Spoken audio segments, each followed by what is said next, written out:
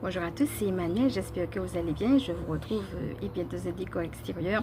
Voilà, j'avais envie de changer un petit peu pour partager les ressentis et notamment nous allons parler de l'enfant intérieur.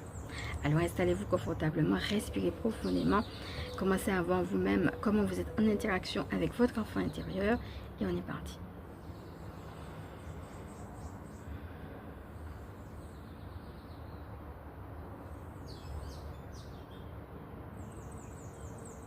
Voilà, vous pouvez mettre comme d'habitude, hein, si vous avez envie de plus de temps sur pause et puis revenir tranquillement à vous.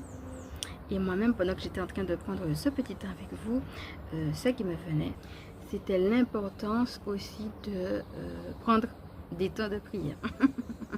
Mais ça, on l'avait déjà dit, sauf que chaque fois que je le reçois à nouveau, je suis amenée à le redire et à manger. J'entendais le mot manger. Quand je dis manger, ça veut être tout ce qui est nourriture spirituelle. Comme si notre enfant intérieur a besoin d'être nourri.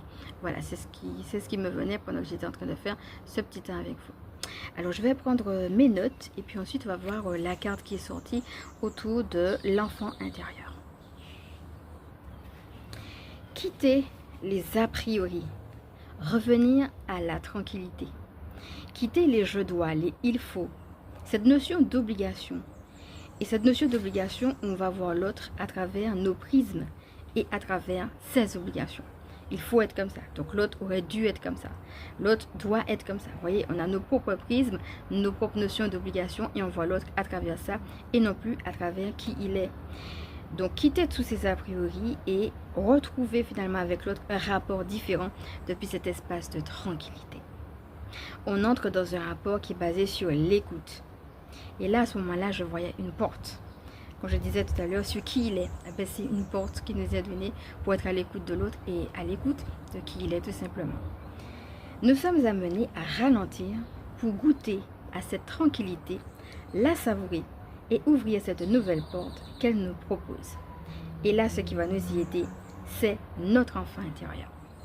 Donc voilà.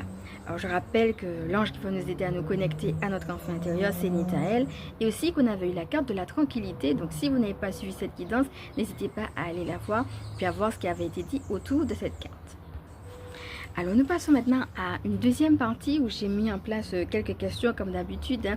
Le but c'est de voir un petit peu comment vous êtes en interaction avec votre enfant intérieur et comment ces petites questions peuvent vous aider à être davantage dans cette dynamique d'introspection pour vous en rapprocher. Alors quels sont finalement les jeux de pouvoir que j'observe en et autour de moi et comment je me situe par rapport à eux? Quelle relation j'entretiens avec mon enfant intérieur et comment puis-je lui faire place ou alors